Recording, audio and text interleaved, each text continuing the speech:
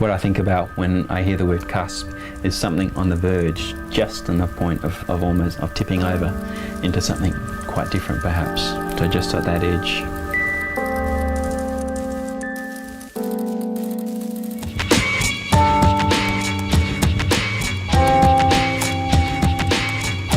I'm an artist and interaction designer with a special interest in tangible interactions and also body-focused interactions.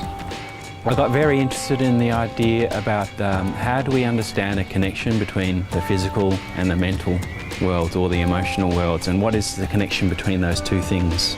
So sometimes we think physical things and mental things are very separate, and looking at psychophysiology and the body, I started to think actually you can look at them in a way that they're very connected as well. So by measuring things that are behaviours that are influenced by the nervous system, we can see that there's a very dynamic interplay between those two things. So I decided that would be a really interesting focus for art experiences, where we can just have a different way of understanding and experiencing that connection.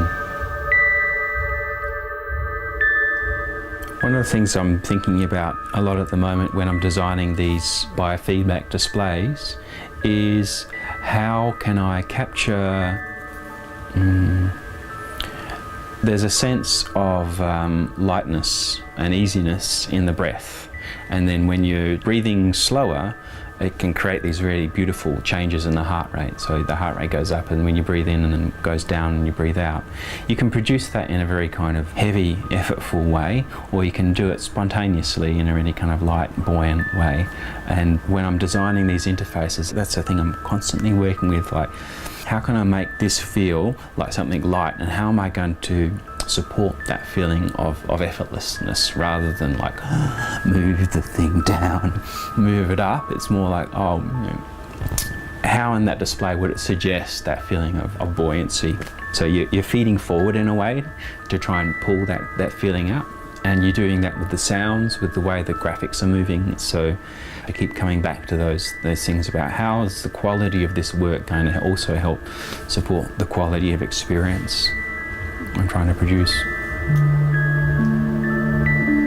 I think with my CUSP project, it's just this idea that people can find a different way to experience themselves. To actually play the app, you have to learn to relax, and then you see that fairly immediately. When you really feel like you're relaxing, you see all of a sudden these things change and unfold. So I love that idea that we can create these interactions that require people to be in particular kinds of ways. Give them a focus to go inside, which I think is an important part of the work.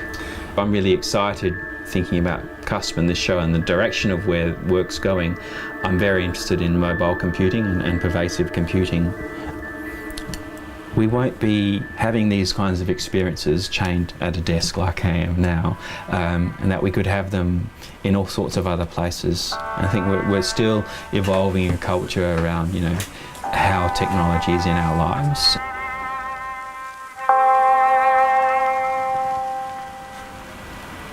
Another thing that's very important in my practice generally as an artist and also as a designer is the idea that while these are very intimate interactions about you and your relationship with your body and your nervous system, it's also the fact that these are social interactions. All our interactions with technology, with art, with design, they're social interactions, and they become a focus for discussions.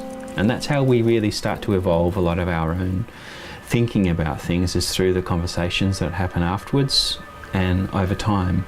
So when two people start to play this game, they're relating all these things back and forth, and when these things start getting embedded in different people's life experiences and all those exchanges of stories, that's when I think we start to be shifting our understandings and our values. And I think that's the value of good design as well, is that it helps us evolve a sense of identity and a sense of what's valuable and how we achieve those things.